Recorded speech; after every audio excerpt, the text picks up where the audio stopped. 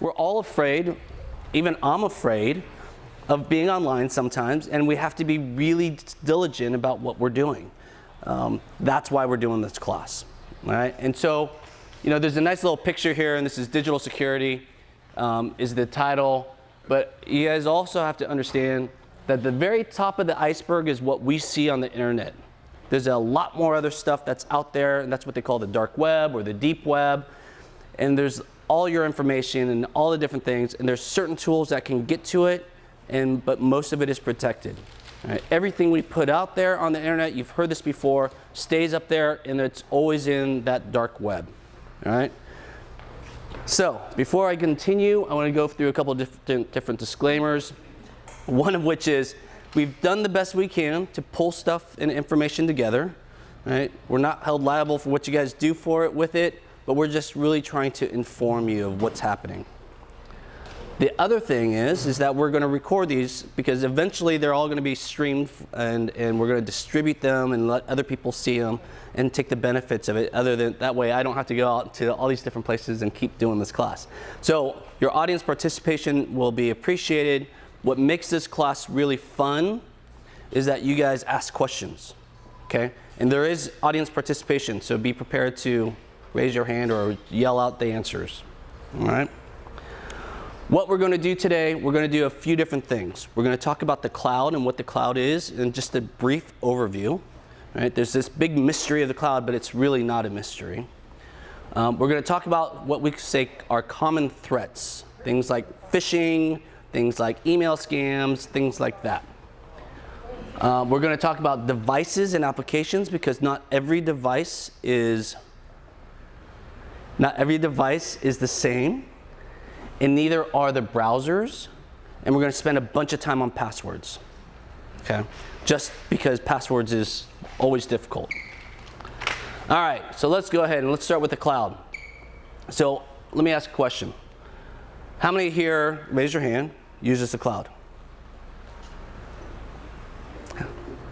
You guys did, how many of you guys, let me ask this question. How many of you guys have an Apple iPhone? Nobody? Might we get one today? Okay. How many of you guys have a Gmail account or an email account? All right. All those things are up there in the cloud, right? If you're using email, you're using the cloud. If you're using an iPhone or a smartphone, you're using the cloud, okay? So let's talk about this real quick. Name some of the apps we use that are in the cloud. Anybody listen to music online? Pandora? All right, anybody listen to, we all talked about email, okay? Where physically is the cloud? Is it I'm gonna tell you about that.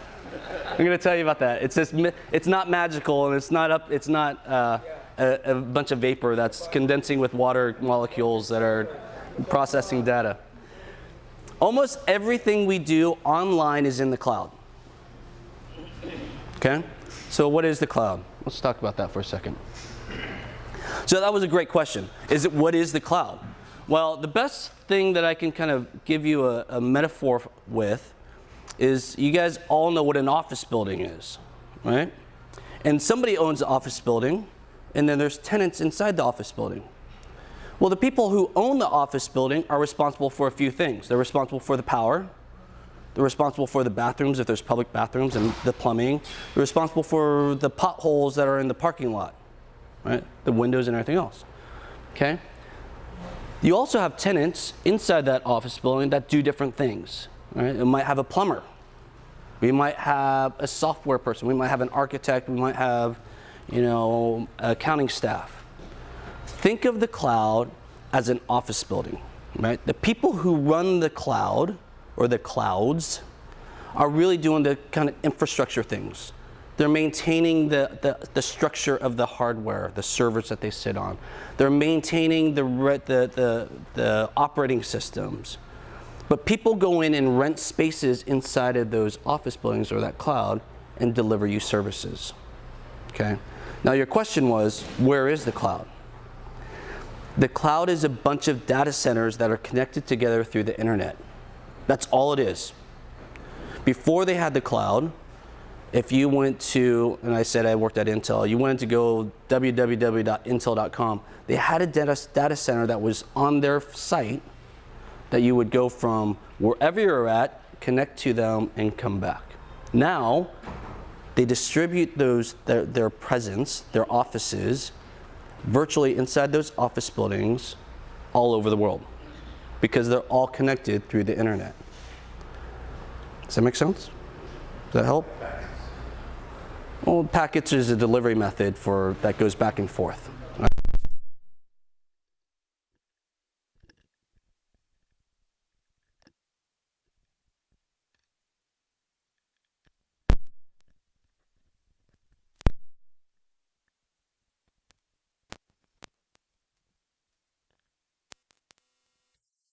I kind of use the thing that they made up the name of nor'easter. There's no such thing as a nor'easter. Somebody made it up because it's cool and sexy. Is there another term besides cloud? That we used to, when I first started back at Intel, they used to call them managed data centers. Can you repeat? Right. She asked, is there another name for the cloud other than the cloud?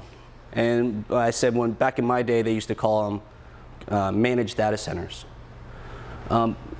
It's almost like Kleenex is now, tissues are now Kleenex. It's the same thing. Everybody wants to keep using that name. Yes? Is there a central main data location, or is it all equal? There is no one main center. And there's a big reason for that. Because if that one center goes down, then everything goes down. So they distribute it, they connect it, they replicate, they duplicate into different places. So for one, in case something goes wrong, right, it's still up and running. Two, if I'm in Australia and my data center is in New York, it really does take a long time to get there. So they kind of put it closer to you. So you could say multiple data centers. There's multiple. The cloud is multiple data centers that are connected together. Is there one particular, I'm going to say one building or one particular organization that you can say owns or services all of them, or are they? No, there's a gazillion different companies that have data centers. Now, there are companies that have bigger data centers than other people. Amazon, Google, right? They have lots of data centers all over the place.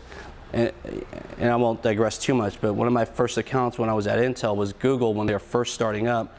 And they were the first people that decided that, hey, it's cheaper for me to own it than it is for me to rent it. And so that's why they started building their own servers and their own data centers. The connection is mainly wireless. No. No. Also a lot of ground.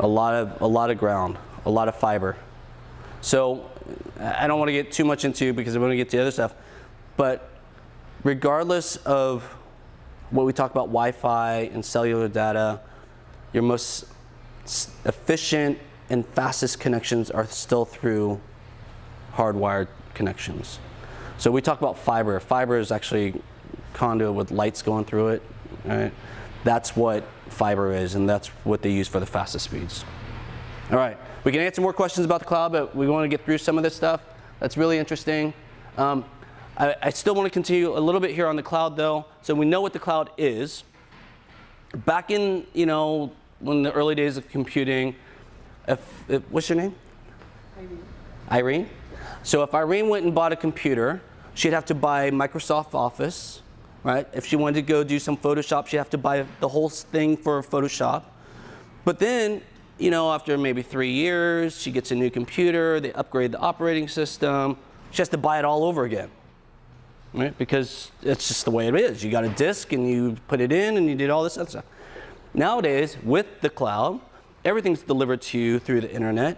So now if Irene wants to go, she's got a computer that's 5 years old, they come out with a new operating system, they just deliver it to her, right? Or if she's got Photoshop and they have an upgrade, they just deliver it to her. On Amazon or whatever, or through the vendor. The other thing is, maybe she stops using Photoshop. See, that's why you sit in the front so I can pick on you. Maybe stop using Photoshop. And I'm like, well, now I can just stop paying for it, and I don't have it anymore. You pay a little bit less, you pay monthly, and you get the stuff that you want. Right? That's kind of the benefits of being on the cloud. We're going to talk about devices here in a little bit, and we'll give you an example of some of that. All right, so everybody understand there's benefits to the cloud. I know everybody's got concerns about where your data is and where your information is. We'll talk about that a little bit. All right, so now we're going to go over to the security side of it. Now we all know what the cloud is. So we talk about this a lot. In security, there's no cure-all for security. We all have to participate and be active in managing our digital persona if we're going to be online. And you know, some people say, well, I don't want to be online.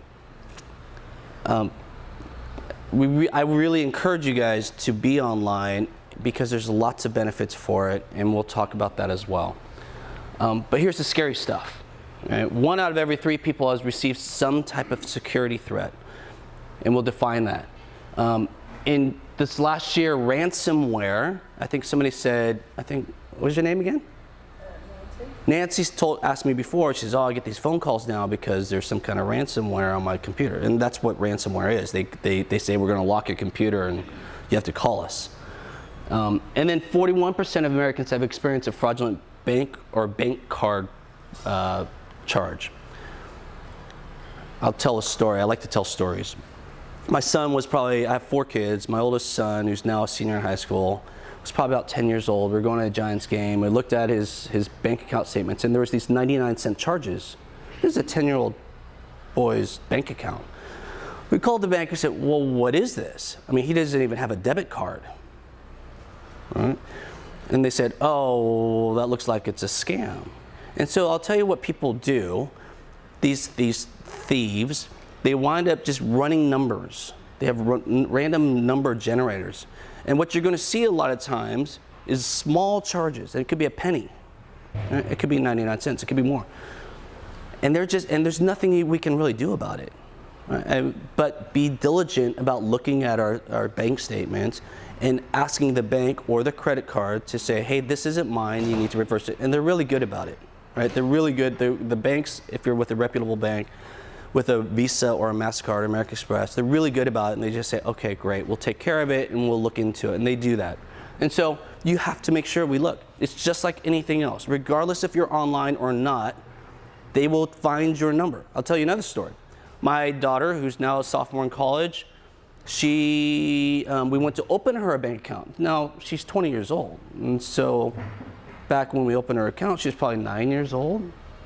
We went to the bank. Oh, I'm sorry, somebody's already got your social security number. They opened a bank account in her social security number. That's a manual process that somebody wrote down her social security number and opened an account under her social security number. Now imagine that people are doing this in large scales with computers. Back then, it was just a random number. Our social security numbers are just numbers, and people can do whatever they want and create things. So again, I'm not trying to scare you, but I'm just telling you that between manual efforts or digital efforts, we're still exposed, and we have to be careful about what we're doing. All right, so we'll talk about scams by type, phishing, identity theft, all those different things. I'm not going to go through all these things, but it's a definition. If you go onto our website, my website at Avenidas, it'll have all the slides so you can go through it. But let's get to the good stuff. All right, so this is the thing. I think I asked the question. Everybody here has an email account, or most people here have an email account? Yeah? No? Yes? Okay. So spoofing or phishing emails is the biggest, most frequent kind of security scam you're going to get and see. Okay? These guys are getting really good about creating these emails. Right? But how do we tell? Okay? So there's a few things. And I hope if there's anything you take out of this class, these next couple of slides are what you guys need to take out of it. Reputable companies will never, ever, absolutely not have a spelling or grammatical error. Okay? They just won't. they're a professional company, and they won't misspell words, okay? The people that you do business with, if I have a Wells Fargo account, right? So if Wells Fargo sends me a note, they know who I am, right? They're not going to say dear member or dear cardholder. They know who I am. Bank of America, which I don't have an account with, they even know who I am, right? They know who I am. So they'll never say, hey, dear member, right? Couple of tricks. You're still not sure. If you take your mouse and you hover over the who it's from, even though it says Bank of America in the title, but if you hover over it, in your email application, it'll kind of display who it's actually from. Yeah, and so if it says something other than Bank of America, it's fake, okay? If you hover over any of the links that they put in there, it'll tell you where that link is. You guys all know that I can type in my name and put a link underneath it, and you'll never see that link unless you investigate it, right? So it might look good at the start, but it really isn't. Rarely will they ever ask you to log in from an email. Reputable companies will always say, hey, go to our site and log into your account, okay? Reputable companies also don't threaten you. They don't say, hey, if you don't log in, we're going to shut down your account. They don't say that. They might say, hey, there's a concern. Please contact us and call us or log into your account through our site. Okay? And the last one, which we're seeing more and more often, if you don't do business with the company, don't call them. Phone scams are on the rise, and they're just finding different ways to go about getting things. All right? So you guys got all that, right? Okay. So here's the test, right? And this is really hard to see because you guys are far away and my eyes can't see this very well. But I'll read it to you. Okay? And it says PayPal to me, and it says PayPal. It says, confirm your account with PayPal. Dear member, your account has been temporarily limited, spelled with a capital I, if you want to unlock it. Please check it from here, link, and then receive cross-border payments, withdraw your payments. Yours sincerely, PayPal. So how many of you guys can tell me what's wrong with this? Dear member, right? Yeah, you're right. Check it from here if it's a link. Yep. So you don't want to check it from here, from the link.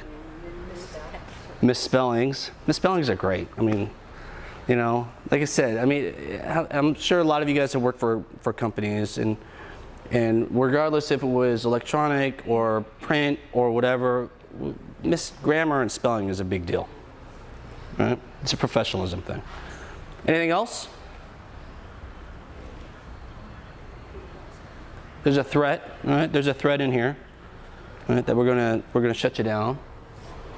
All right, look at, there's a couple more here. Some of these are really good though. It says from Visa Services Department, it says active.verified.visa.com. Activate now for verified by Visa. And it says, dear Visa customer, right, before activating your card, please read this important information for cardholders. You have been sent this invitation because the records of Visa Corporate indicate that you are a current or former Visa cardholder. To ensure your Visa card's security, it is important that you protect your Visa card online with a personal password. Please take a moment and activate for Verified by Visa now. Verified by Visa protects your existing Visa card with a password you can create, giving you assurance that only you can use your Visa card online. Simply activate your card and create your personal password. You'll get the added confidence that your Visa card is safe when you shop at participating online stores. Activate now for Verified by Visa. Thank you for your support, Visa Service Department. How many of you guys would have opened that email? If you had just opened a card or created a card, would you have said, hey, this looks legitimate? It looks pretty good. It's pretty good. There's a couple indicators. They don't know your name. That's absolutely the easiest one to do. What about the from address? It says activate at verified.visa.com. So for me, that's my first thing. It looks good, right? It really does look good. but it absolutely will not have activate.visa.com. It'll say @visa.com. Right? If you do Bank of America, it'll say @bofa.com or whatever it is. If you do with anybody, it says @companyname.com. You can create what they call domains, as many creative domains as you want, with whatever combination of words you want, if the company hasn't taken it. All right? So that's a big indicator for me.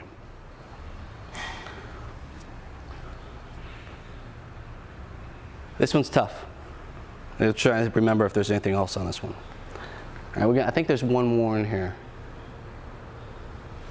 This one's really good. It says secure services at Comcast.net. That's who it's from, and they're saying they're from PayPal.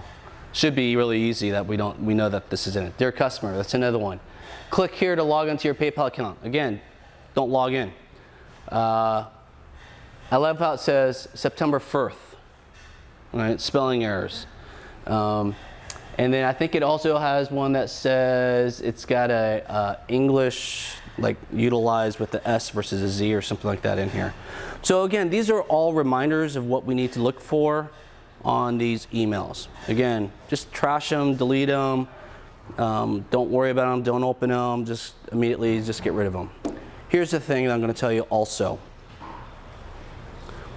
If you're worried about deleting an email and that's legitimate, don't. If you have a problem and a company has a problem with you, they're going to call you, they're going to send you a letter, they're going to do other things. Email is not their only way of contacting you. So if it looks shady, it looks suspicious, toss it. Right? Again, your bank's going to give you a call, they're going to send you a letter. Right? And if you're really troubled, they'll send you a certified letter. Right? All right. Any questions so far? So that's what we're doing about emails and phishing and those kind of things. Anybody else questions on that stuff? Yes? Some of those emails, you shouldn't even open them, right? Most of the time, 99% of the time, it's okay to open an email. What you don't want to do is click on attachments.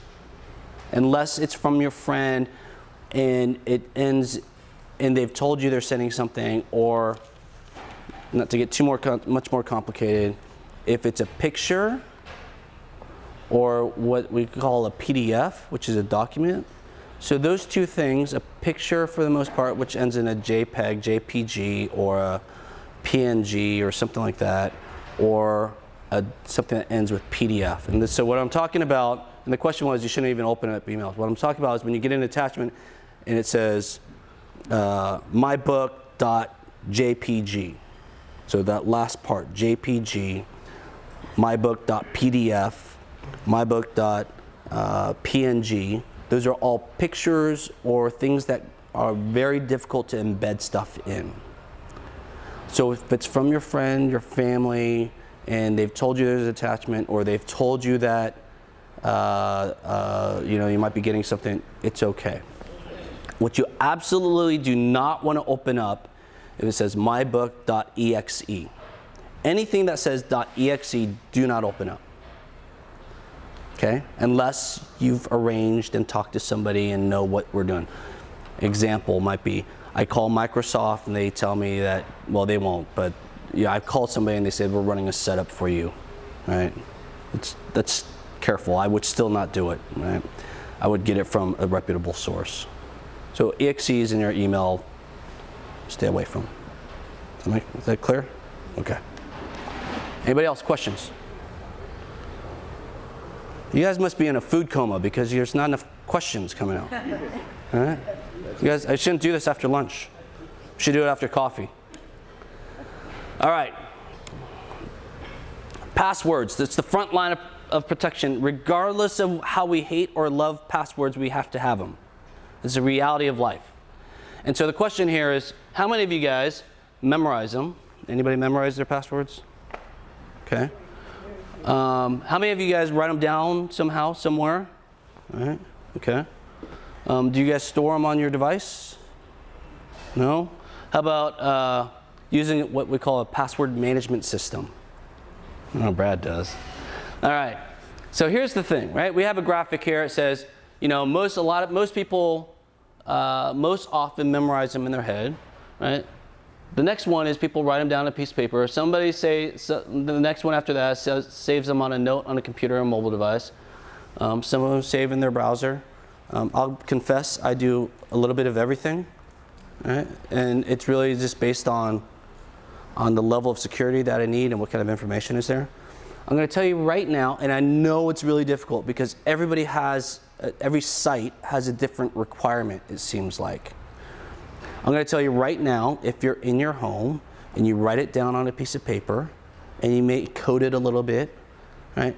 And save it in a safe place, as long as you remember where you put it. Right? That's half the battle. If you have a safe, put it in a safe, whatever. It's okay, right? It's really okay because somebody's actually going to have to break into your house, find that little piece of paper, understand what it's for, and then apply it. Right now, it's okay to do that. Password management systems are great, but you have to have that trust that they're going to do the right job with it. I don't have a complete 100% trust with them all. I'm still trying them out a little bit, but I use them. So a bunch of stats and a bunch of numbers. Right? So Bill Burr is this guy who is a retired gentleman. He's the guy who said, hey, you know what? It's got to be 8 characters. You got to use capital letters, lowercase letters. You have to use a symbol. You have to use a number. In hindsight, he says, I wish I never, ever said that. And we'll tell you the reason why. Right? It was just, in the early days, they just said this is probably the best way to do it. Right? Reality is that passwords is a mathematical problem. Okay? People run number generators, password generators, and they really just kind of keep trying. If there's sites that are open, they just keep trying. Right? So if you look at it and you say, oh, well, there's 2 words, it's 96.2 million variations of words or passwords that can make up 2 words. It sounds like a lot. But for a nice computer or a good computer, it's almost instant how fast they can run those numbers. Right? So 2 words. Yeah, I'm pretty safe. Well, you probably not. 3 words, 943 billion combinations. Again, with a computer, that's pretty good. It's almost instant. Right? They can figure it out. As you start going through the 4 words, 5 words, 6 words, 7 words, if you look at like 7 word, if you ever have a password that's 7 words, it's like they don't even know how long it's going to take you to a computer to figure it out. Right? So the reality, if you think of passwords, it's really just a mathematical problem for hackers and thieves, and they just go ahead and they run these generators and they just try to get into it. You know, some places have gotten smart. Some of our websites have gotten smart. I have a Schwab account. A Schwab account, they give you 3 tries and they kick you out. Right? Some sites are getting even smarter as well. They do what they call multi-factor authentication. So anytime you log in, whether you have the right password or not, they have a secondary way of contacting you, whether it's your phone, your smartphone, your telephone at home, your email, and they say, hey, we've just sent you something, type in this code so we know it's you. Big proponent of it, it's great. I'm very thankful for companies for doing that. Bless you. Yes? Why did the gentleman in the thread give the guidance of the age? Because it's too easy to break. The codes are too easy to break. And so everybody's kind of gone to basically one word made up of letters and numbers and special characters. Well, there's 26 letters. There's, capital letters on each one that you could potentially do. There's special characters that are limited to the keyboard. Again, if mathematically, it's probably pretty easy to kind of run those combinations. But most of the sites that ask you for passwords still give that They do. I think it's slowly changing. It's slowly changing. It'll take time. So you're going to tell us what's better. Yes, I am actually. All right. So remember we went back here and we talked about the numbers, and so you have lots of different things, right? We have random numbers. You just kind of run your hand across the keyboard and it comes up with random stuff and it comes out with different possibilities. But I want to kind of draw your attention to some of these things, the left side here, the right side here, where you either have fake words or what I think the next recommendation is going to be, which is common words. Common words are pretty easy to memorize for the most part, as long as they're not in a sentence. It's common words, right? So a couple examples here. The last one, froze, ethics, thine, overs, gel, fig. Makes no sense to me, but there are 6 words or 6 words that just we threw together. There's a gazillion, what is that? 889 sextillion possibilities of combinations of words. Copy of these slides? Yeah, they're on our website, my website, and I'll show that to you guys later, if I can, if I'm online. All right. So there's lots of different ways. So the trend that's going through is to use common words, and I'll tell you why here in a second too, because we're going to talk about why it's easier to remember these things. Passwords, right now the best way to do it is a password keeper. We've talked about this. There's a bunch of free ones. There's ways to find that find a system that works for you. There's one woman came to me and she said, well, you know how I do it? I have this childhood name that nobody knows, nobody's left living, she told me, that nobody's left living knows that I was called that. I used the @ in the company name, not the .com, but just the company name. Yeah, that's pretty good, because then you have a new password for every site you go to. Longer is better, right? The longer the password is. So if they allow you to have spaces, they allow you to put whatever you want into it, longer is better. I talked to you about storing those passwords, right? I talked about using spaces, and try to avoid using things that everybody knows about you. Children's names, right? Years you were born, month you were born, things like that. Address. Don't use those. So we're talking about, again, we'll go back to, so those are the kind of recommendations.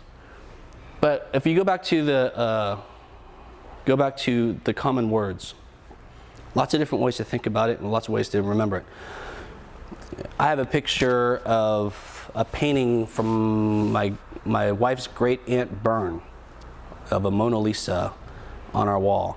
I might say Byrne, Mona Lisa, watercolor, something like that. I have that picture in my mind. I know what it is. I can figure it out. If you want to use a different number for the O, that's great. If you want to use an underscore for a space, that's great. But some of those, like I said, common words that are easy to remember, things that you can visualize in your head, helps you remember things, helps you remember those passwords. This one here, 7 alligators in a bathtub. Who's ever going to guess that? I mean, 7 alligators in a bathtub. 5 words, pretty good, right? You can't see the picture up there, but I made a picture, and it was a dog sitting on a ping pong table in a desert with an umbrella. And you can mix these things up. Right? They want you to change your passwords often. I'm not going to tell you don't do that. I will tell you to make strong passwords, and there's lots of different ways to do it. Be creative. The more creative you get, the longer they are, the better it is. All right? There's no cure for passwords. Yes? Just 2 questions, Eric. How do you suggest you code them? So you say, when you're storing them in a safe place, to code them. I'm not going to tell you how to code them. I'll tell you one of my passwords, one of the cores of my password is a number sequence from a song by a band from 1990s, okay? And so the name of the band is The Time. You guys remember Prince and The Time, right? So I would just say The Time, right? Which it could be time on the clock, or it could be the band time. And then I kind of code some other things along to it, right? Or, I have a password for my router that doesn't exist anymore, my secondary router that doesn't exist anymore, and I called it Family G3. Well, that password in that router doesn't exist anymore, but I remember the password. Right? So I might code it Family G3 something else. The password keeper, is that the cloud? Or can it, The password keeper is typically on the cloud. Yes. Yes. so is that safe? Until proven otherwise, it is. And so it genuinely is. There's all kinds of them. There's some on a flash drive. There's some on different things. The problem is what happens if you lose the flash drive. Having worked in the security business at Intel, The security companies that create these password keepers are pretty good. I mean, that's their livelihood, that's their business. They're actually really good. I'll also tell you that, and we'll talk about here in a little, I'm actually a fan of Google as well, because I think they do a good job on security as well, also. Do they work like this? You put in all your passwords and then they give you one password to open all those passwords? Is that how they work? Typically, yes, kind of, right? So what they'll do is they'll give you a passphrase, and which is interesting. So I actually signed up for one of these free ones, and they gave me a passphrase, and I think it was 8 words, right, which is pretty good. And so what they'll do is they have basically a token system that creates random passwords for that website, and it knows it's you. Don't tell me how. Don't ask me how. They just know it's you logging in, but they'll never give you they'll never log in with the same password. So the people who are hacking will never be able to get back in. How do we find the password? How do you find the password keepers? One There's a couple recommendations I have up here. So I'll get to it. Okay. It's kind of in the do's and don'ts, but there's a few free ones. And that's the same as a password manager. Yeah. Password keeper, password manager, same thing. Did I hear you say you could use a space in a password? Some of them will allow you to. Some places will allow you to. If not, I use it underscore. You know, the shift hyphen. I just was surprised. Yeah, some of them, they're moving towards it. Like the password keepers use spaces. Or you find the password keeper. I'm going to show you a couple of them, depending on what platform you're on. They charge you anything? Some do and some don't. There's some free ones. The ones I recommend are the free ones, or the ones I'm going to point you to are the free ones. So I'll give you an example. I use Blur, which is an extension on Chrome. Blur will do everything for free, but if you want to do things like mask your credit cards, they charge you for that. Okay, and it's like 99 cents a month or something. It's very small. They want to make it up in volume. Any other questions before we move on to the next topic? Is this good for you? Is this good information? Are you guys, anybody bored yet? Are there symbols that you can't use in a password? It's all dependent upon the website. So you have to pay attention. Some of them only allow you to do the top row numbers, right? The shift and the number keys. Others will let you do the question mark or the period or whatever else. They're all different, and there's no real standard anymore. Sometimes you're too clever, you forget your own password. That's why I use a password keeper. Don't you need a password for a password keeper? You do, but that one's the one you write down in the safe and you put it somewhere. All right, so devices and browsers. I'm going to run through this stuff real quick. As you guys know, all computers and all operating systems aren't the same. So let's define what operating systems are. Operating systems are the underlying basis of what your device works on. So there's a couple of main ones. There's Windows. We've all heard about Windows. We all know there's Apple, right, or what we call iOS. Chrome is the other one. Okay. So when we talk about, and this was the question, and I forgot her name, but this is the question that she asked me about which devices. If you're just doing it for browsing the web, and you're doing it, you know, there's a hacker there's a bunch of hacker interviews, and you read them, and one guy said, or they all kind of say, if I'm going to do my financial management, do it on one device, right? Don't do it for everything else. Just do it on one device.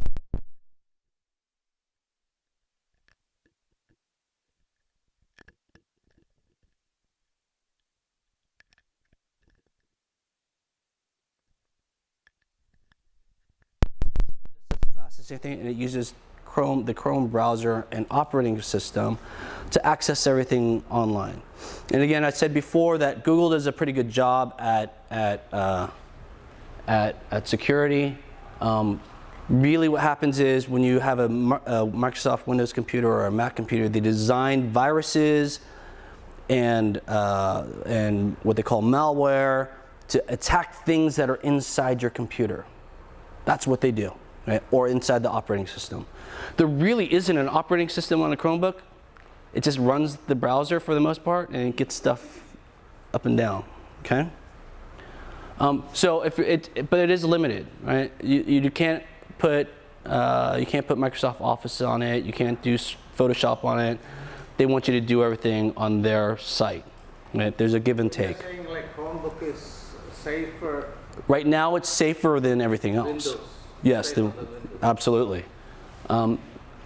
Apple computers, general purpose machine. It can do everything that you want it to do. You can run Photoshop, you can run Adobe, you can run Office products. It sees fewer attacks. It's actually decent on security. But the theory is that they see fewer attacks because the reality is there's not a ton of them out there. We all think there's a ton of them out there, but there really is not. They have 10% or 15% of the market share, something like that. If I'm a thief, I'm going to go for volume. I'm not going to focus on the 5 or 10%. I'm going to focus on the 80%. There is a kind of another theory, though, that Macs are a little more expensive, and so they might be a specific target demographic. In other words, if I know that the average cost of an Apple computer is $1,000 versus a $300 computer, I might go after the guys that have the money versus the people who don't have the money. Right? So that's kind of one of the theories. Windows is the dominant market share. We talked about that just a second ago. It's designed, and it's a great computer. It's a great office platform. It's a great personal computer, but you have to work at it to keep it safe. Right? Again, people are designing stuff to go after the biggest market share, and that's what Windows is. And then there's another one called Linux, which I have one of all of these things at home. Linux is very small. It's kind of an expert type of user type of machine.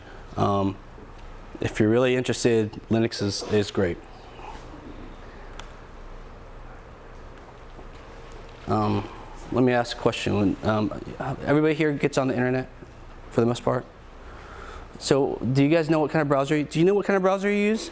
You know, I just bought an Apple iPad and it's not on the internet yet. Okay, so you're going to wind up using Safari is what it comes with. Okay. How about you, sir? Do you get on the internet? Yeah. Do you know what browser you use? Microsoft come with Windows come with It comes with Internet Explorer. Yes. the e-sign. Yes, the e-sign is Explorer. Anybody else? How about this side of the room? You guys, what kind of, how do you get on the internet? I usually go, I think it's Google Chrome. Chrome, okay. Yeah, what, Chrome? Yeah. Chrome users? Internet Explorer. Internet Explorer. Message saying, if I go to the internet, you kind of question it, well, why aren't you using Chrome? Yeah, they all are competing for your business. I explain. So not every browser is the same. Some are more secure than others. Google Chrome, again, I'm a fan of Google just because I think they do a good job at it. What makes them different is that they have what they call a large extension market, right? And so what that means is you can add things onto your browser. You have to know how to go out and do it, but you can add things into your browser. So examples, on my browser, I add the thing called Ad Blocker. Because when you guys go online, you get pop-ups all the time, right? So Ad Blocker is an extension that doesn't come immediately with Chrome, but you add it on and all those pop-ups stop. Now, I watch Hulu and it still stops the advertisements, even though it's inside of it. And so you can add things like that. You can add what we call blur, what I just mentioned about blur, which is a password keeper. Right? You go to the Chrome store and you add these extensions on. Okay. Firefox is also pretty good at the same, because they have the same kind of marketplace for those extensions. You can add a lot of those same things, ad blocker, blur, whatever.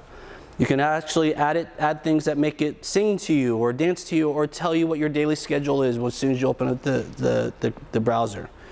From a security perspective, if you use one of those two, you can make it more secure than what it comes with. Okay, that's why we kind of say those are pretty good. Opera, which many of you may not have heard of, is also really good. It's actually really good with older computers. It's very light, but it also comes with some built-in security features. And you can get all of these online. No matter what your computer is, what your device is, you can get all these. Safari's pretty good also because they have built-in kind of anti-phishing technology and a built-in pop-up blocker. It is a little bit weaker in what we are going to call SSL or TLS encryption. So that's secure socket layer encryption. Right? It doesn't do a great job when you go to financial websites and it's a secure site. The transportation method in between the browser and the site isn't as strong as some of the other ones. Any of those are pretty good though. Right? Any of those first 4 are pretty good. What I will absolutely recommend you not to use is Internet Explorer. Internet Explorer. Internet Explorer is the most hacked, most vulnerable browser out there.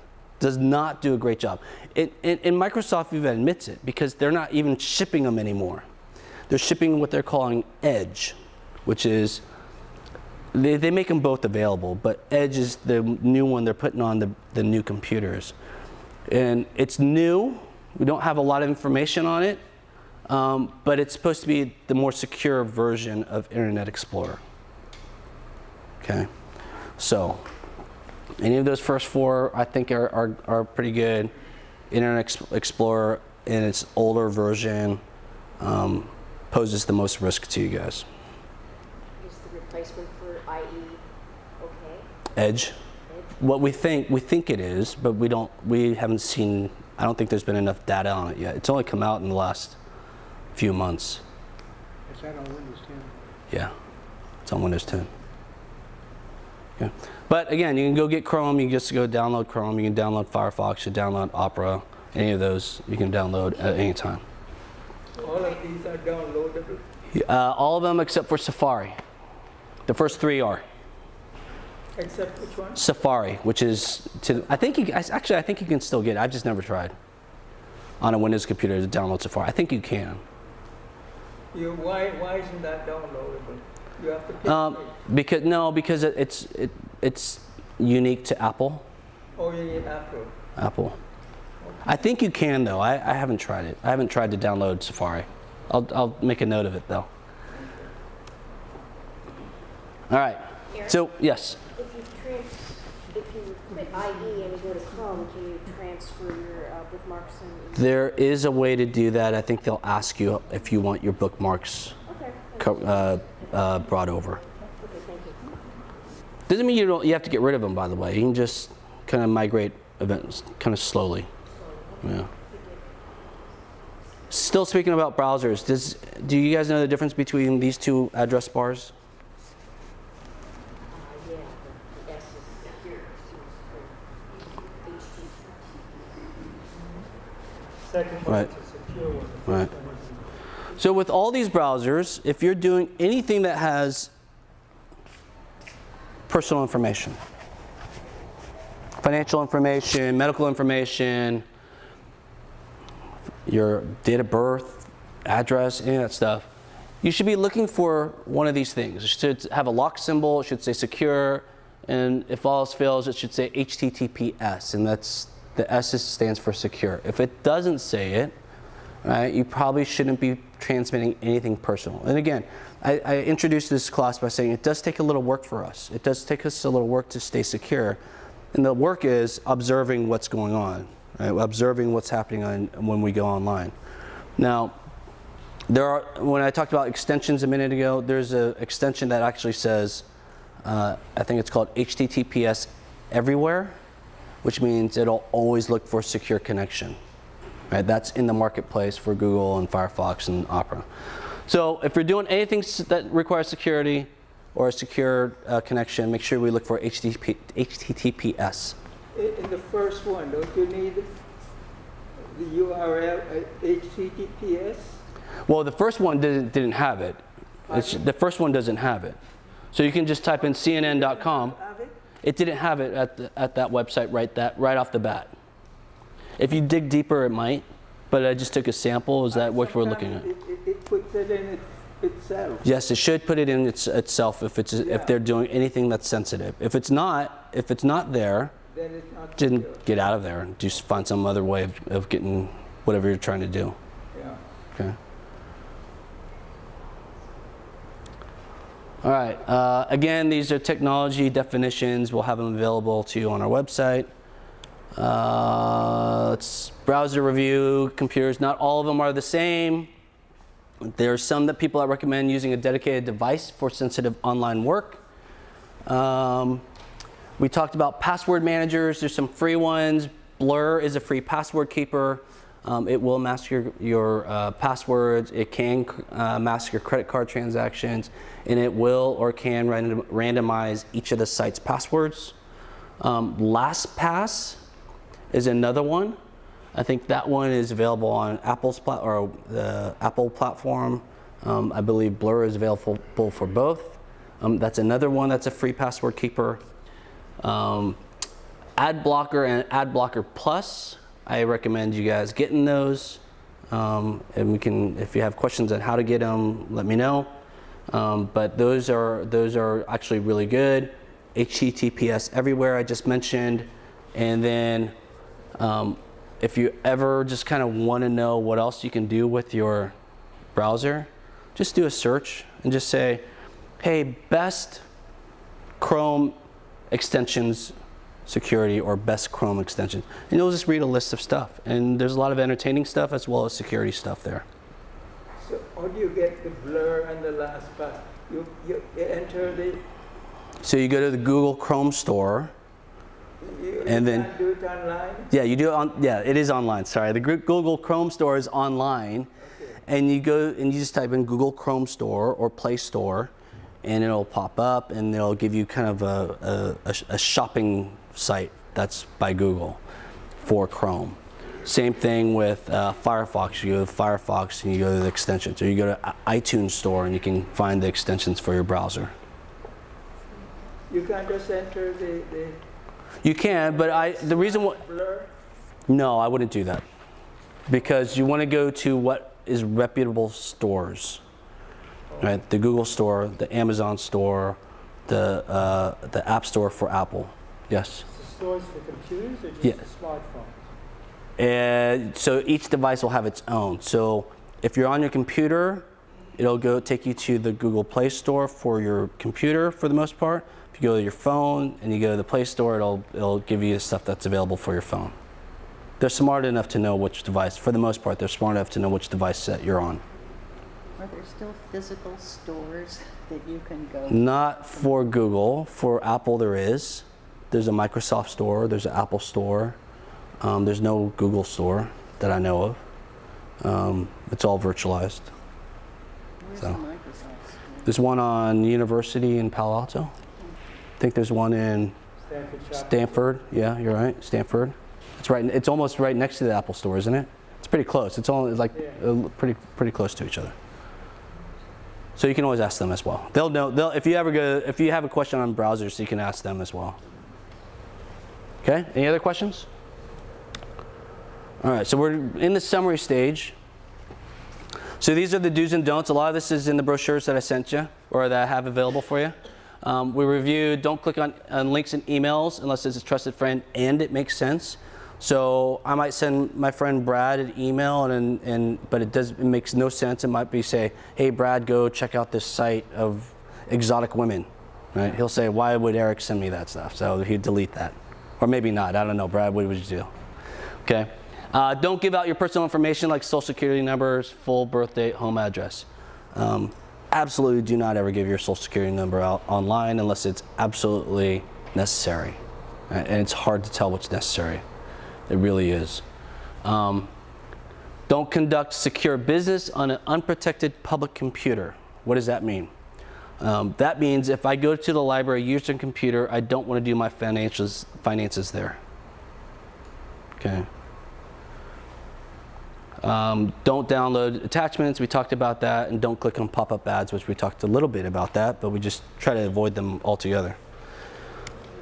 Do these things, like do password protect your cell phones and tablets and computers. So I do a bunch of tutorings at Avenidas, and people come in, they show me their devices, they want to tell me their passwords. I say, don't tell me your password. But what I also notice is a lot of times they just flip it out and they turn it on and it's open.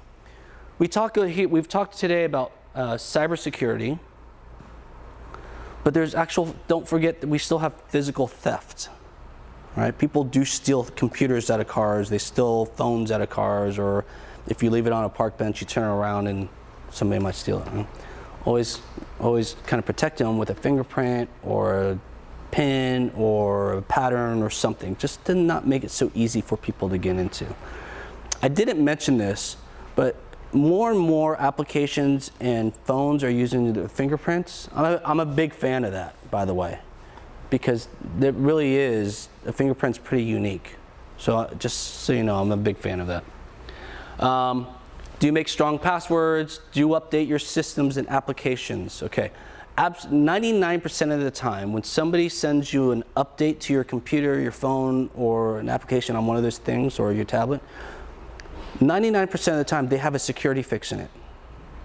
So you have to stay on top of those.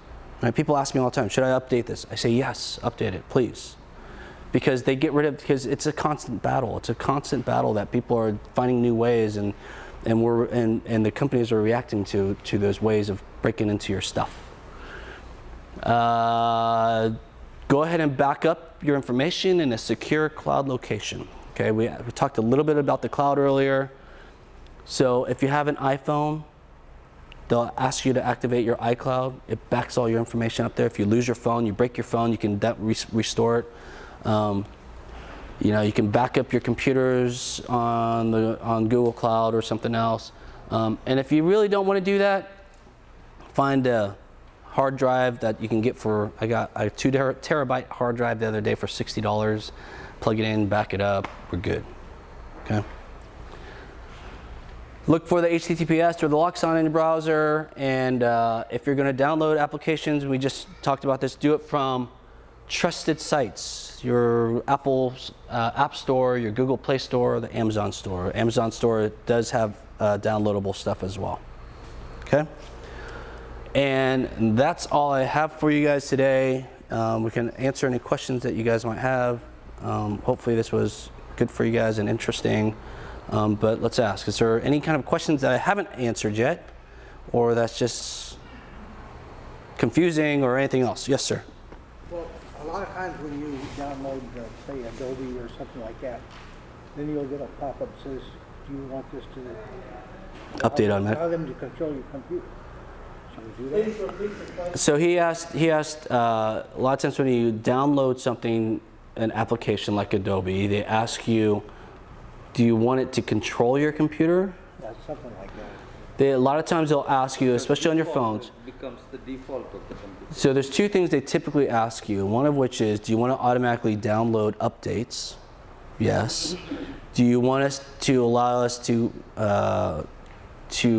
look into your contacts, or look into, or access and know your location, things like that? They ask you those things. I always say no, just because I'm kind of paranoid, like stuff like that. I don't really want people to know where I'm at. They say, do you want us to allow them to make changes in your computer? They shouldn't. Well, yes. They say that. No. So yes, I get what you're saying. That's a security thing from your operating system that's saying, hey, are you sure? Basically what they're telling you, are you sure you wanted to download this? And if you did, do you want them to make configuration changes to your computer?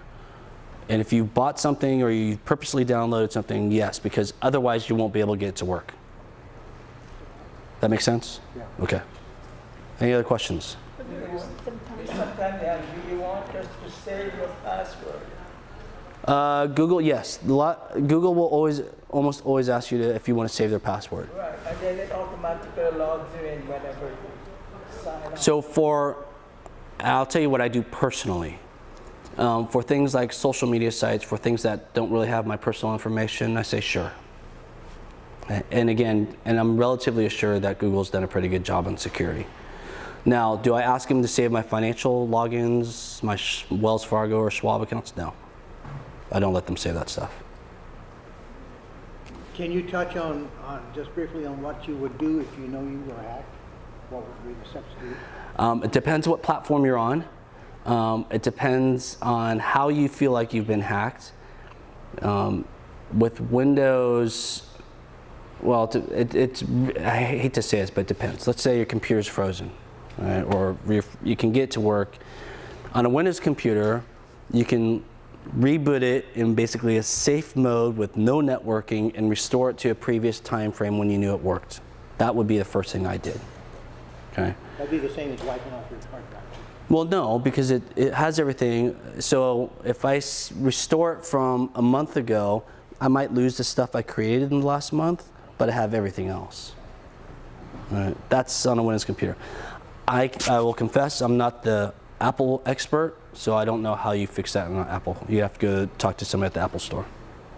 You said we can access the slides and Yes. Yeah, and so I'll type that up here. In a, card of this. I do have a card. It's back there, but I will also type it up here. Yes, sir.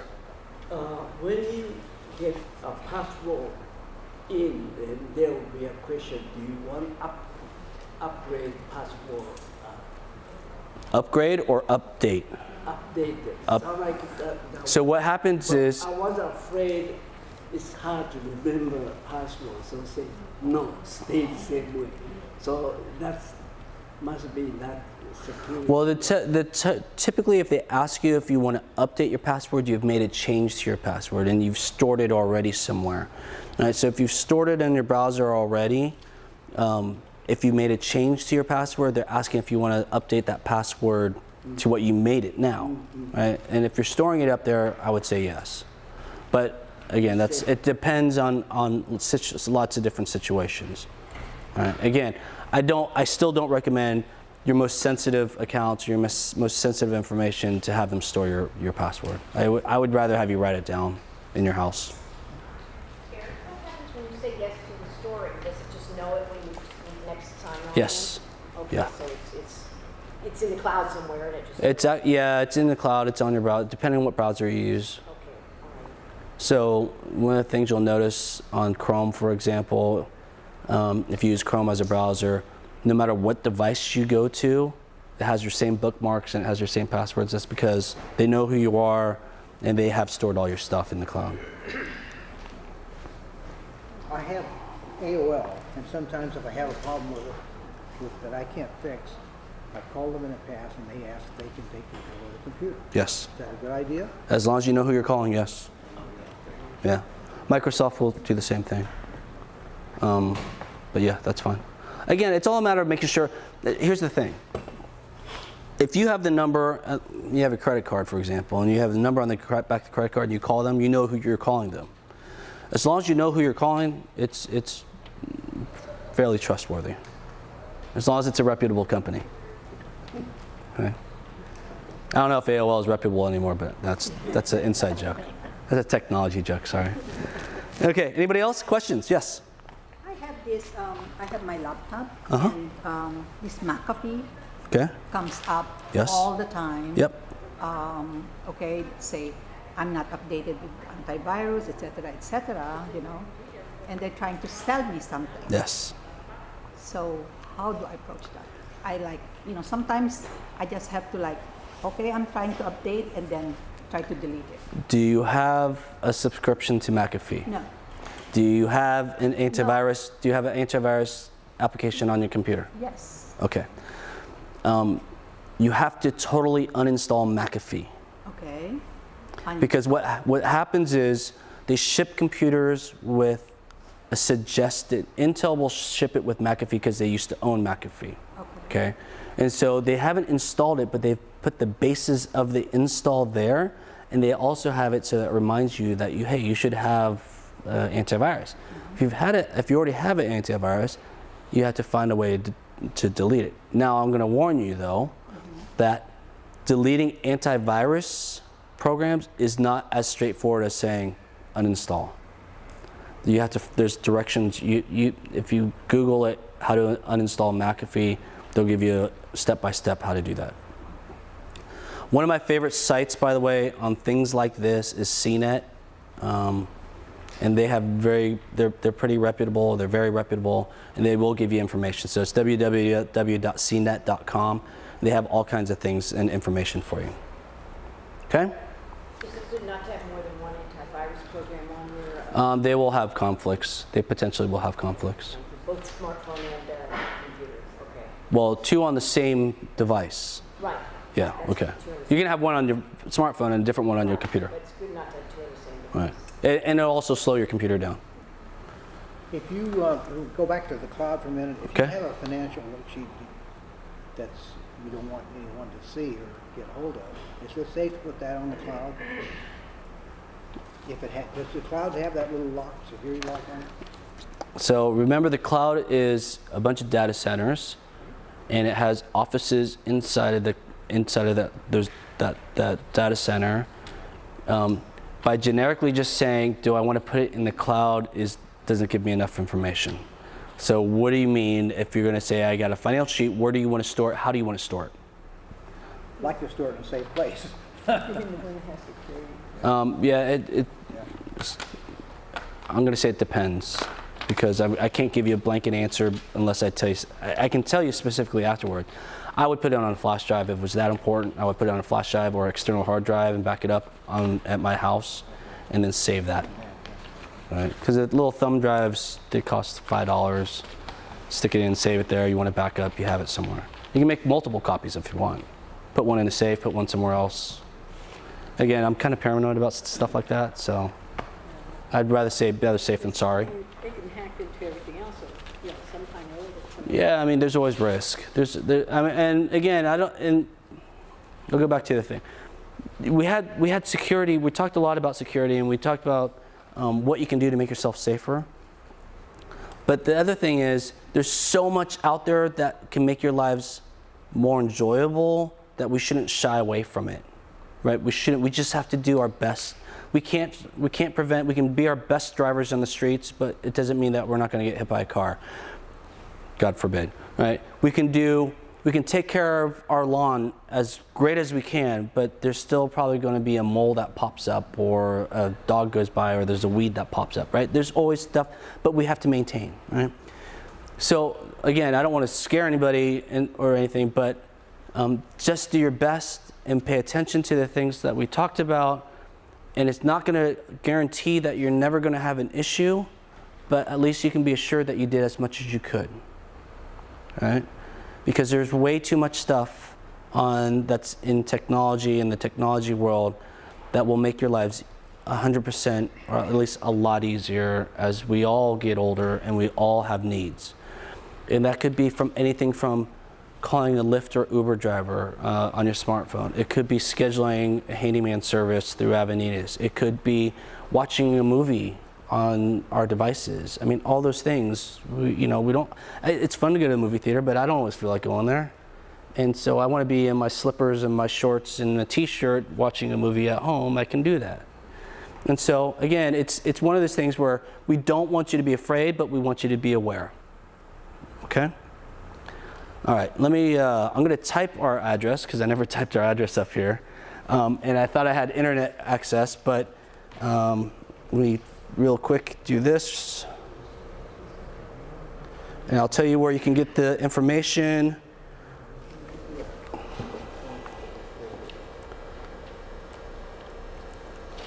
So the website is www.avenidas.org, and if you go into programs, you can go to Gen Labs, or you can put / Gen Lab. I guess I should use the mic.